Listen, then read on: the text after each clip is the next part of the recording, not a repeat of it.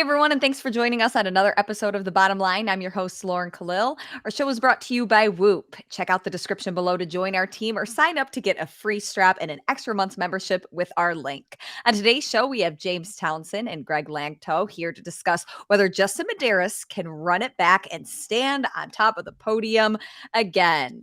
James, when we look at somebody as consistent as Justin with really few holes in his game, does that set him up for potentially another win at the games this year? Oh yeah, absolutely. He has a great coach and Nefer. That's how you say his last name, Adam Nefer. Right? Sorry, Neither. Adam. Sorry, Adam. we talk all the time, but yeah, he has a great coach that keeps him calm, keeps the anxiety levels down, doesn't get him too riled up in all the noise that's going on, if he could be beat or not, or if he's going to repeat it. But he's just a remarkable athlete, a remarkable person, and just his fight, his confidence, his bravery, his determination and will to win and to push each season, each workout is just remarkable. So yeah, I could see that possibly happen, but it's going to take a lot. Ooh, okay. It's going to take a lot. Follow-up question in just a Yeah. minute. But first, Craig, we saw so many crazy battles at the semifinal this year Yes. and several fights for those top 5 games tickets. How do some of those like storylines that we saw play a part into the conversation when discussing whether Justin will take it all home again? Well, let me throw it back to the last week of semifinals, and we had this episode together, Lauren, about the Mhm. Atlas Games and Patrick Vellner, who's the second fittest man on earth, was just beat by Jeffrey Adler, who already placed in the top 5. So now Jeffrey has in mind that he can beat these guys.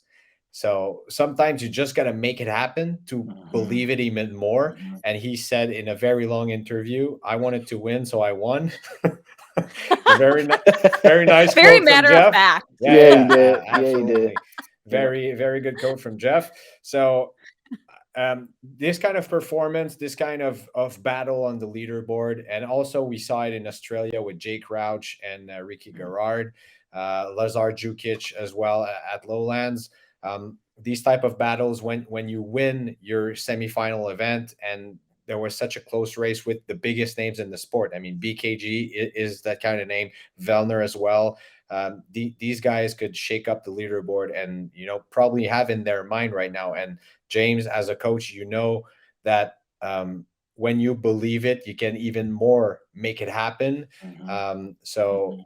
when you can beat a Vellner, a BKG, and you think, hey, I have a shot to beat Medeiros and I can do that, this could cause some surprises. Yes. James, is that what all of the athletes on the men's field, or at least like those who are in like the top 5 discussion thinking right now, like this is my year to beat Medeiros?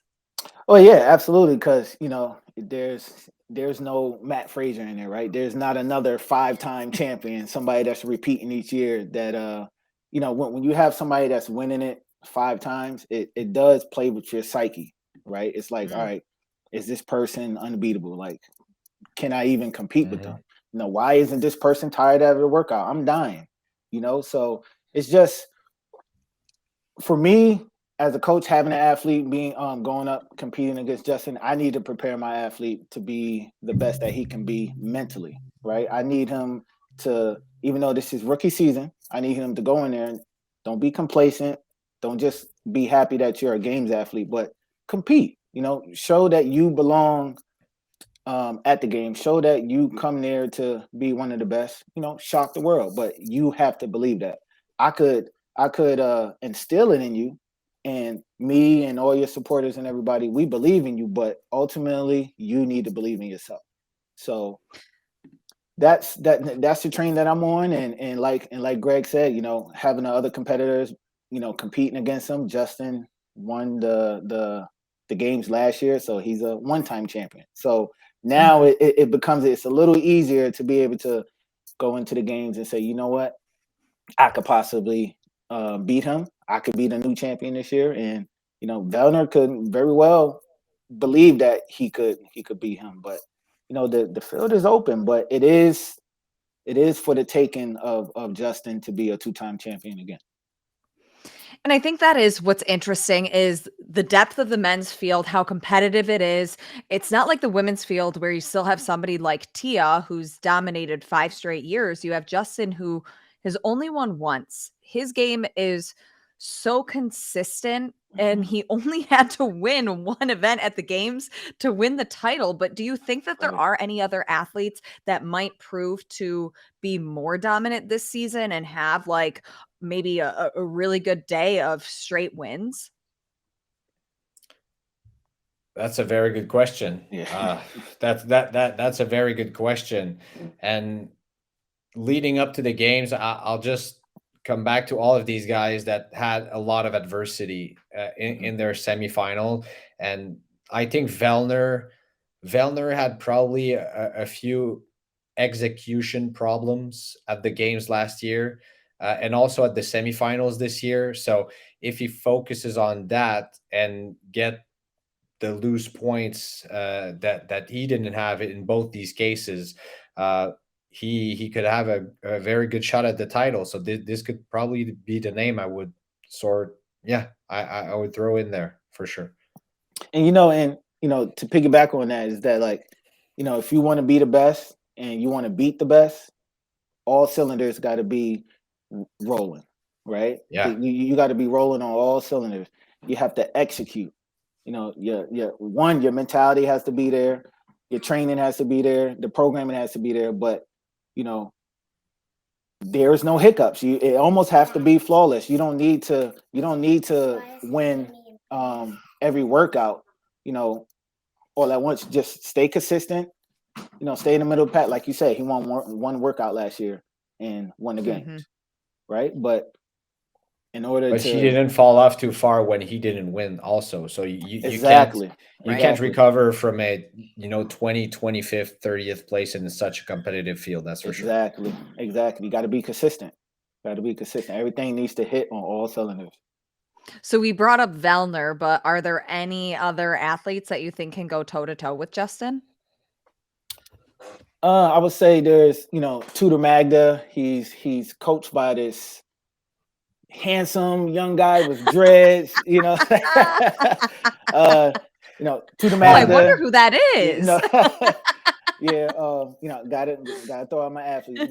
Like I said, it's just all about just being able to go into the ring, like a boxing match, and be able to go blow for blow. I could prepare my athlete to be ready to go blow for blow, but he needs to believe in that as well. So you got to dish it out. But like he said, Vellner, I would take Vellner. Roman going this year, right? Yeah. Yeah. He's back in the States and everything. Yes. We all been waiting for that, for the last 3 years? Yeah. Yes. And he adds such like a wild card because we've seen him in Dubai and at some of these other competitions, but they're still not the games. Right. Phil Toon, Pikowski. So there's a lot of guys. It's wide open. Can't wait. Greg, anybody else you want to throw out there? Well, every name James said for sure. Add to that Adler. I can't stress enough about him that can do good, and Ricky Garrard. I think he did very good, and Jay Crouch, the two Australians. It was a great race, seeing them fight for the title in Australia. And Ricky Garrard has been waiting for his chance for 4 years now, and even Dave Castro said it himself. He's excited to see him back on the competition floor, and I think we all are for sure. Yeah. So if either of you had to put money on it right now, does Justin stand on top of the podium at the games? Why or why not? How much? $1,000. $1,000. Oh my god. $1,000. You're Morning a betting Chalk man Up has today. budget, huh?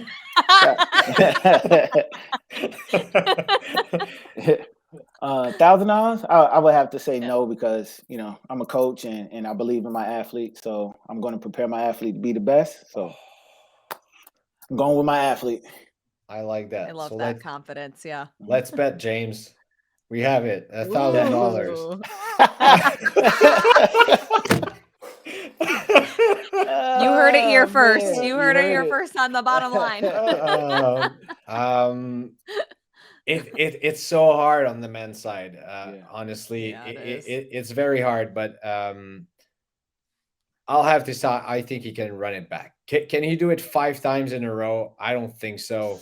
But I mean, he showed great consistency, and even on other events he's been competing in, I think he can do it again this year for sure. Is it going to be easy? Absolutely not. I think we can have the same type of race that we had between Tia and Kara when Tia got her first title. That type of finish, that would be spectacular. Oh, we'd all love But to see that. of course, but I think I definitely think Justin can do it again. All right, James, what's your bottom line? What Greg said last time, stay in your lane. No, you know what? Tunnel vision. Tunnel vision. Ooh. Tunnel vision. You don't see right, you don't see left. Tunnel vision. Right there. Greg, what's your bottom line? Execution. Execution. That's all there is. You can't leave a point on the floor. You can't, and it's just sometimes some mishaps that can happen, just not running fast enough to the finish line or anything like that. So just not leave anything to chance, execute, and that's going to be the name of the game to win the title this year on the men's side. Awesome. Greg and James, thank you guys so much for sitting down with us again, and we'll see you next time. Thank you, Lauren. Thank you.